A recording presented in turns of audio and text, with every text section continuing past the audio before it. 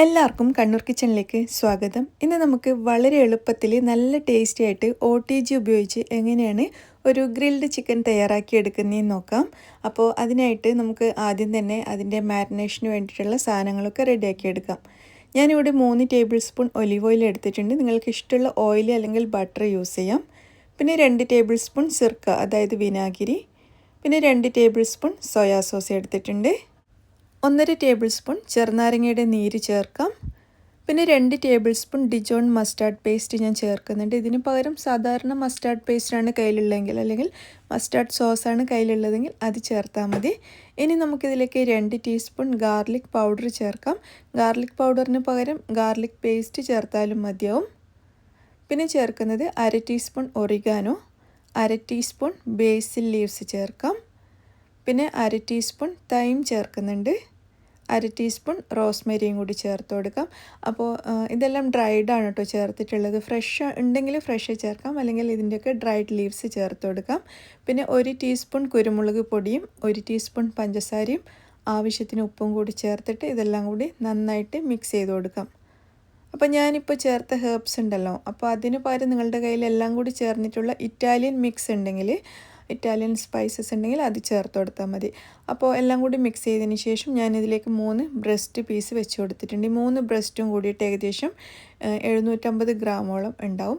അപ്പോൾ അതിൽ നിറയെ ഇങ്ങനെ ആഴത്തിൽ വരകളും കൂടി ഇട്ട് കൊടുത്തിട്ടുണ്ട്. എന്നിട്ട് നമ്മുടെ ഈ ഒരു മിക്സിയിലിട്ടിട്ട് നല്ലതുപോലെ അങ്ങ് നമ്മുടെ മസാല എല്ലാ ഭാഗത്തും ആക്കി കൊടുക്കുക. അതിന് ശേഷം നമുക്കൊരു അരമണിക്കൂർ ഇതിങ്ങനെ റെസ്റ്റ് ചെയ്യാനായിട്ട് വെക്കാം. നമുക്ക് സമയമില്ലെങ്കിൽ അപ്പോൾ തന്നെ ഗ്രില്ല് ചെയ്യാം, സമയമുണ്ടെങ്കിൽ അരമണിക്കൂർ വെക്കുക.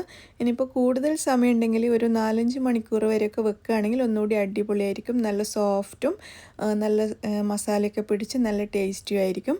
അപ്പോൾ ഞാനൊരു അരമണിക്കൂർ വെച്ചതിന് ശേഷം നമ്മുടെ ഓവൻ ട്രേ ഉണ്ടല്ലോ, അതിൻ്റെ മുകളിൽ ഗ്രില്ല് വെച്ചിട്ട് അതിലാണ് വെച്ച് കൊടുക്കുന്നത്.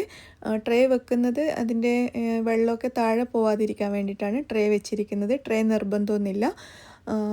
അതിനുശേഷം നമുക്കിത് പ്രീ ഹീറ്റ് ചെയ്ത് ഓവനിലേക്ക് മാറ്റാം. അപ്പോൾ ഞാൻ ഈ ഓവൻ കൺവെക്ഷൻ മോഡിൽ വെച്ചിട്ട് ഒരു 10 മിനിറ്റ് പ്രീ ഹീറ്റ് ചെയ്തെടുത്തിട്ടുണ്ടായിരുന്നു. അതുപോലെ തന്നെ 250 ഡിഗ്രിയിലാണ് ഞാനിത് ഗ്രില്ല് ചെയ്യുന്നത്.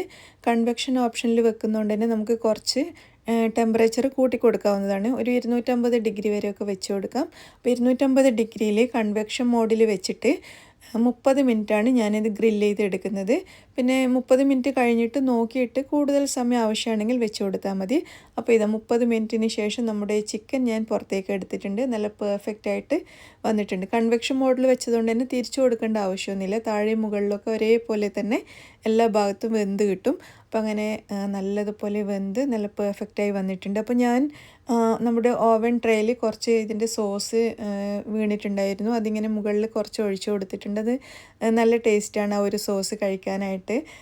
ചെറിയൊരു പുളിയൊക്കെ ആയിട്ടുള്ള, അതായത് നമ്മൾ വിനാഗിരിയും ചെറുനാരങ്ങ നീരൊക്കെ ചേർത്തതുകൊണ്ട് നല്ല ടേസ്റ്റി ആയിട്ടുള്ള ഒരു സോസാണ്. അപ്പോൾ അതും കൂടി മുകളിൽ ഒഴിച്ചു കൊടുത്തിട്ട് നമുക്ക് എന്ത് തരം ബ്രെഡിൻ്റെ കൂടെ അല്ലെങ്കിൽ റൈസിൻ്റെ കൂടെ ഒക്കെ കഴിക്കാനായിട്ട് അടിപൊളിയാണ് ഈ ഒരു ചിക്കൻ. എല്ലാവരും ട്രൈ ചെയ്ത് നോക്കൂ. താങ്ക്